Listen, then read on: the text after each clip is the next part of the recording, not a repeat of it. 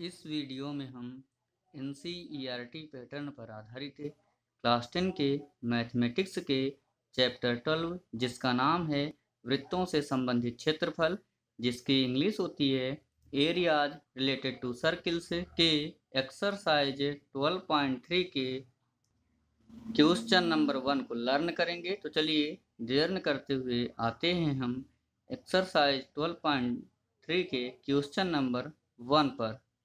Question number 1 में दिया गया है, चित्र में छायांकित भाग का क्षेत्रफल ज्ञात कीजिए।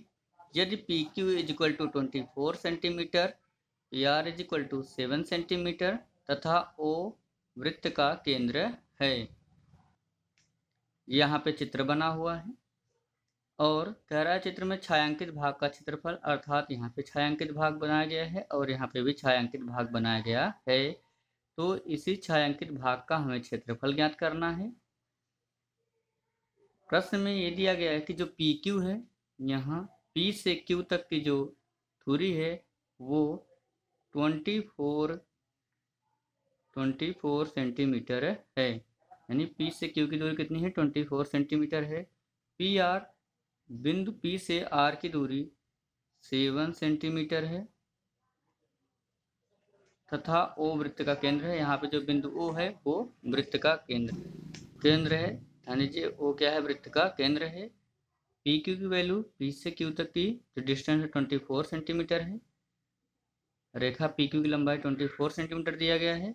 रेखा PR की लंबाई 7 सेंटीमीटर और कह रहा है चित्र में जो O है वो वृत्त का केंद्र है। तो सॉल्यूशन करेंगे हम इसका। Given that PQ equal to 24 centimetre, यहाँ पे PQ equal to 24 centimetre, PR equal to 7 centimetre, PR equal to 7 centimetre. चूँकि हम जानते हैं कि अर्धवृत्त में स्थित कोण समकोण होता है, यहाँ पे ये केंद्र O से होकर जाने वाली जो रेखा है वृत्त का व्यास है। यह वृत्त को दो बराबर भागों में बांट रही है और प्रत्येक कटा हुआ भाग अर्धवृत्त कहलाएगा। ये भी अर्धवृत्त है और ये भी क्या है? अर्धवृत्त है। तो अर्धवृत्त में उपस्थित कोण समकोण होता है। यहाँ पे अर्धवृत्त में यहाँ पे कोण बन रहा है, वो क्या कहलाएगा? समकोण कहलाएगा। चित्र में RQ वृत्त का व्यास है। R से Q तक ये जो भुजा खींची गई है ये वृत्त का व्यास है। क्योंकि हम जानते हैं वृत्त के केंद्र से होकर जाने वाली रेखा वृत्त का व्यास कहलाती है। तो चित्र में RQ वृत्त का व्यास है। त्रिभुज PRQ में RQ कर्ण है। अगर RQ व्यास है तो यहाँ पे हम देख रहे हैं, यहाँ पे बिंदु P लिया गया है, यहाँ पे R है, यहाँ पे Q है, तो PRQ से एक त्रिभुज बन रहा है या RPQ से एक त्रिभुज का निर्माण हो रहा है। और हम जानते हैं किसी भी वृत्त में जो वृत्त की सबसे बड़ी भुजा होती है वो वृत्त का व्यास कहलाती है। तो यहाँ RQ क्या है? व्यास है। और किसी भी त्रिभुज में जो सबसे बड़ी भुजा होती है उसे जो है कर्ण कहते हैं। क्योंकि यहाँ पे ध्यान दीजिए एक प्रकार से समकोण त्रिभुज होगा, क्योंकि अर्धवृत्त में स्थित कोण समकोण होता है। इसका यहाँ पे जो एंगल होगा वो 90 डिग्री का होगा। तो कोण P हमारा हो जाएगा 90 डिग्री और समकोण त्रिभुज हो गया, क्योंकि ऐसा त्रिभुज जिसका एक कोण 90 अंश का होता है समकोण त्रिभुज कहलाता है। तो RPQ त्रिभुज में यहाँ पे अगर ये 90 अंश है तो 90 अंश के सामने की भुजा को कहते हैं कर्ण कहते हैं।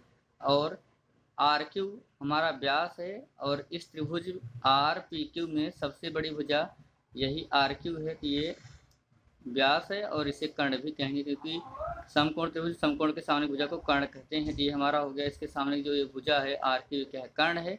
और इसकी टोटल जो दूरी दिया गया ये जो है RQ है ये कर्ण है। बस इसकी हमें क्या निकालना है? दूरी निकालना है, क्योंकि ये हमें यहाँ पे इसकी वैल्यू पता है त्रिभुज में। PQ की भुजा PQ पता है, PR की पता है, RP की पता है और हमें RQ निकालना है। इसी की हमें डिस्टेंस फाइंड करना है कि इसकी डिस्टेंस कितनी है। तो त्रिभुज PRQ में RQ कर्ण है, RQ कर्ण है और कर्ण के सामने भुजा को क्या कह सकते हैं? ये 90 अंश की होगी, या कह सकते हैं 90 अंश के सामने भुजा जो होती है वो क्या होती है? कर्ण कहलाती है। तो इसलिए कोण RPQ is equal to 90 degree. अब हम RQ को ज्ञात करेंगे। तो त्रिभुज PQR में त्रिभुज, अब ये कौन सा त्रिभुज है? समकोण। यहाँ पे हम लिख लेंगे कि समकोण त्रिभुज PQR में पाइथागोरस प्रमेय से। पाइथागोरस प्रमेय होती है कर्ण का स्क्वायर इक्वल टू लंब का स्क्वायर प्लस आधार का स्क्वायर। कर्ण का स्क्वायर इक्वल टू होता है लंब का स्क्वायर प्लस आधार का स्क्वायर। यहाँ पे हमारा कर्ण आर क्यू है, तो आर क्यू का स्क्वायर इज इक्वल टू लंब है हमारा पी आर, तो पी आर का स्क्वायर और प्लस आधार यहाँ पे है हमारा पी क्यू, तो पी क्यू का स्क्वायर। यहाँ से हम आगे चलेंगे तो लंब की वैल्यू है 7 सेंटीमीटर। यहाँ देखिए पी आर की वैल्यू 7 सेंटीमीटर, तो हो जाएगा हमारा 7 सेंटीमीटर का whole square plus P Q, तो पी क्यू की वैल्यू कितना 24 सेंटीमीटर। पी क्यू की वैल्यू 24 सेंटीमीटर, तो यहाँ से हो जाएगा 24 सेंटीमीटर का होल स्क्वायर। अब यहाँ हम 7 का होल स्क्वायर करेंगे, 7 7 जो हो जाएगा हमारा 49, इस सेंटीमीटर का हो जाएगा सेंटीमीटर का स्क्वायर प्लस 24 का हम जब 24 में मल्टीपल करेंगे तो हो जाएगा हमारा 576 सेंटीमीटर स्क्वायर। यहाँ ध्यान दीजिए 24 × 24 करेंगे तो आ जाएगा हमारा 576 सेंटीमीटर स्क्वायर। दोनों को ऐड कर देंगे, ऐड करने के बाद हमारी वैल्यू हो जाएगी 625 सेंटीमीटर, 625 या 625 सेंटीमीटर स्क्वायर। हमें आर क्यू स्क्वायर नहीं चाहिए, हमें केवल आर क्यू चाहिए। तो जब यहाँ से करेंगे तो R Q is equal to हो जाएगा रूट में 625 सेंटीमीटर स्क्वायर। अब ये जो 625 है इसे हम लिख सकते हैं 25 × 25, क्योंकि 25 को 25 मल्टीपल करेंगे तो हमारा जाएगा 625। और सेंटीमीटर को लिख सकते हैं यहाँ पे स्क्वायर लिखेंगे सेंटीमीटर × सेंटीमीटर, यहाँ स्क्वायर नहीं लिखेंगे तो क्या हो जाएगा सेंटीमीटर × सेंटीमीटर। कोई भी चीज़ अंडर रूट में 2 बार होती तो बाहर 1 बार निकल के आती, तो यहाँ से हम अंडर रूट हटा देंगे ये जो लगा हुआ है, और यहाँ से हमारी वैल्यू आ जाएगी। तो ये 25 2 बार, 1 बार बाहर आएगा 25, और सेंटीमीटर × सेंटीमीटर 1 बार आ जाएगा हमारा सेंटीमीटर। तो इस तरीके से आर क्यू की वैल्यू आ गई 25 सेंटीमीटर। सिर्फ 125 सेंटीमीटर स्क्वायर का वैसे ही वर्गमूल होता 25 सेंटीमीटर, लेकिन इसको हम आपको हल करके दिखाए। इसका 25 × 25 लिख सकते हैं, सीएम का सीएम × सीएम स्क्वायर है, सेंटीमीटर स्क्वायर इसका लिख सकते हैं सेंटीमीटर × सेंटीमीटर। कोई भी चीज़ एक अंडर रूट में 2 बार होती है तो वो 1 बार बाहर निकल के आती है। 25 × 25 था, सीएम × सीएम था, तो 2 बार 25 था इसलिए 1 बार 25 निकल के आया, सीएम 2 बार इसलिए 1 बार निकल के आया। इस तरीके से आर क्यू की वैल्यू आ गई 25 सेंटीमीटर। आर क्यू की वैल्यू आ गई हमारे 25 सेंटीमीटर। अब हम यहाँ पे देख रहे हैं कि ये जो आर क्यू है वो वृत्त का व्यास है, और ये कर्ण भी है, क्योंकि समकोण के सामने की भुजा कर्ण होती है, मैंने आपको भी बताया। ये क्या है, कर्ण भी है, और वृत्त का क्या है, व्यास भी है। तो चूँकि हम जानते हैं वृत्त की त्रिज्या इज इक्वल टू होता है व्यास अपान 2, वृत्त की त्रिज्या इज इक्वल टू होता है व्यास अपान 2, और त्रिज्या को आर से दिखाते हैं क्योंकि इसे रेडियस कहते हैं। तो आर इज इक्वल टू व्यास हमारा है आर क्यू, तो लिखेंगे हम R Q upon 2। R Q की वैल्यू अभी आए 25 सेंटीमीटर, तो हो जाएगा 25 सेंटीमीटर अपान 2। अब चित्र में छायांकित भाग का हम क्षेत्रफल ज्ञात करते हैं। तो चित्र में छायांकित भाग का क्षेत्रफल, यहाँ पर व्यास ने इस वृत्त को 2 बराबर भागों में बांटा है, इधर भी अर्धवृत्त है और इधर भी अर्धवृत्त है। इस अर्धवृत्त में कोई भी छायांकित भाग नहीं, इस अर्धवृत्त में छायांकित भाग है। यहाँ पे हम पूरा क्या लेंगे, अर्धवृत्त का क्षेत्रफल, इस अर्धवृत्त का क्षेत्रफल माइनस इस अर्धवृत्त में यहाँ पे समकोण त्रिभुज भी बना हुआ है। तो हम अर्धवृत्त के ये नीचे यहाँ पे हम देखेंगे तो इस अर्धवृत्त में समकोण त्रिभुज बना हुआ है और इसमें कुछ भी नहीं बना हुआ है। तो अगर हम इस अर्धवृत्त में से इस समकोण त्रिभुज को निकाल दें, तो अगर इस अर्धवृत्त में से नीचे वाले में से हम इस समकोण त्रिभुज के क्षेत्रफल को निकाल दें तो हमारा केवल छायांकित भाग ही बचेगा। तो चित्र में छायांकित भाग का क्षेत्रफल इज इक्वल टू अर्धवृत्त का क्षेत्रफल माइनस समकोण त्रिभुज P Q R P Q R का क्षेत्रफल, अर्धवृत्त का क्षेत्रफल माइनस समकोण त्रिभुज पी क्यू आर का क्षेत्रफल। क्योंकि हम जानते हैं अर्धवृत्त का क्षेत्रफल ज्ञात करने के लिए फार्मूला होता है कि अर्धवृत्त का क्षेत्रफल is equal to 1/2 into pi R square minus समकोण त्रिभुज पी क्यू आर का क्षेत्रफल। तो समकोण त्रिभुज का क्षेत्रफल ज्ञात करने के लिए फार्मूला होता है 1/2 इंटू आधार पे ऊंचाई। यहाँ से हम इसे आगे सॉल्व करते हैं तो 1/2 into pi R square minus 1/2। अब यहाँ पे हम देखेंगे तो आधार है हमारा आर क्यू और यहाँ से ऊंचाई है हमारा पी आर।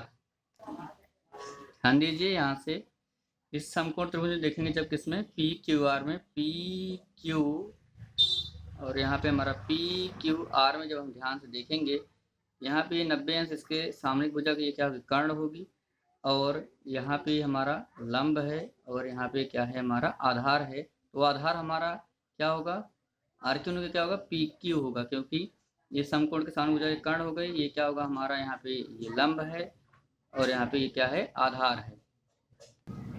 तो 1/2 आधार पी क्यू ऊंचाई पी आर।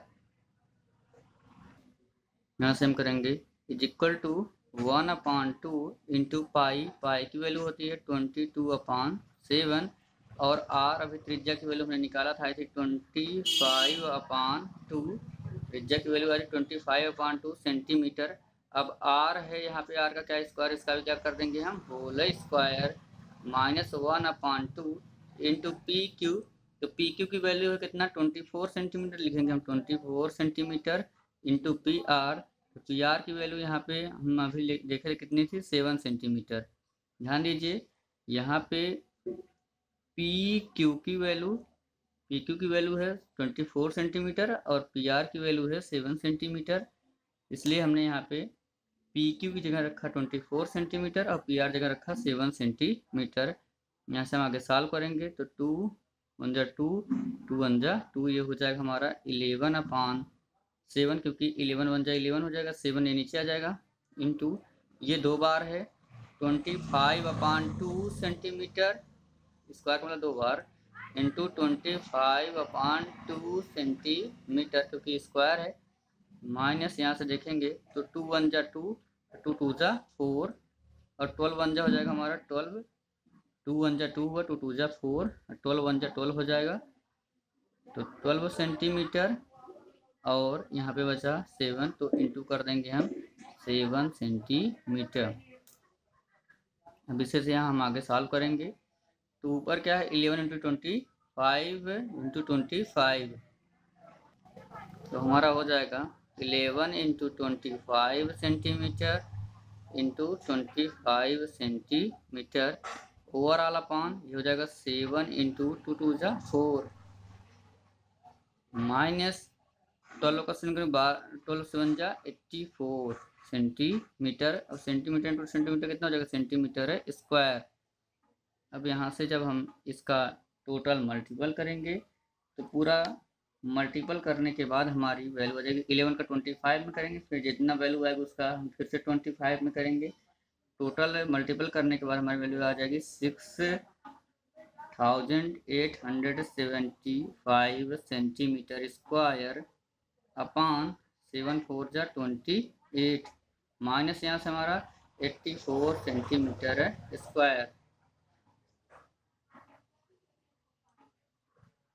यहाँ से हम करेंगे इज इक्वल टू ये ऐसे रहेगा ही 6875 सेंटीमीटर स्क्वायर माइनस से 28 का हम 84 में मल्टीपल करेंगे तो इसकी वैल्यू आ जाएगी 2352 सेंटीमीटर स्क्वायर। ओवरऑल अपान हम देखेंगे तो ये हो जाएगा हमारा ओवरऑल अपान 28 का हमने यहाँ पे मल्टीपल किया तो वैल्यू आ गई 2352 सेंटीमीटर स्क्वायर। 28 अपान में था तो अपान हम लिख लिया 28। अब यहाँ से हम 6875 सेंटीमीटर स्क्वायर में से 2352 सेंटीमीटर स्क्वायर से माइनस करेंगे तो हमारी वैल्यू आ जाएगी 4000 523 सेंटीमीटर स्क्वायर अपॉन 28। इस तरीके से छायांकित भाग का क्षेत्रफल आ गया 4523 अपॉन 28 सेंटीमीटर स्क्वायर। आशा करता हूँ कि आपको मेरा वीडियो पसंद आया होगा। अगर आपको मेरा वीडियो पसंद आया तो आप इस वीडियो को लाइक कीजिए, और लाइक करने के बाद अगर आप हमारे चैनल पर नए हो तो आप मेरे चैनल को सब्सक्राइब कर लीजिए। जैसे ही आप सब्सक्राइब करते हैं, सब्सक्राइब बगल बेल आइकन दिखेगा, उसे प्रेस करना है, दबाना बिल्कुल ना भूलिएगा। इससे लाभ ये होगा कि इससे पहले मैंने NCERT पैटर्न पर आधारित क्लास 10 के मैथमेटिक्स के चैप्टर 8, चैप्टर 9, चैप्टर 10 को मैंने अपलोड कर रखा है। सब्सक्राइब करने के बाद उनकी वीडियो आपको मेरे वीडियोज बॉक्स में आसानी देखने के लिए मिल जाएंगे। और बेल आइकन दबाने का फ़ायदा ये होगा कि इसके बाद जो भी वीडियो मैं अपलोड करूँगा उस वीडियो की नोटिफिकेशन सबसे पहले आपके पास पहुँच जाएगी। इसके अलावा अभी तक मैंने NCERT पैटर्न पर आधारित क्लास 10 के मैथमेटिक्स के चैप्टर 12 पर जितने भी वीडियोज़ अपलोड कर रखे हैं, अगर आपने उन वीडियोज़ को भी नहीं देखा है तो मैं उन वीडियोज़ का लिंक भी नीचे डिस्क्रिप्शन बॉक्स में दे रहा हूँ। आप नीचे डिस्क्रिप्शन बॉक्स में दिए गए लिंक की सहायता से उन वीडियो को भी आसानी से देख पाएंगे। इसी के साथ thanks for watching my videos.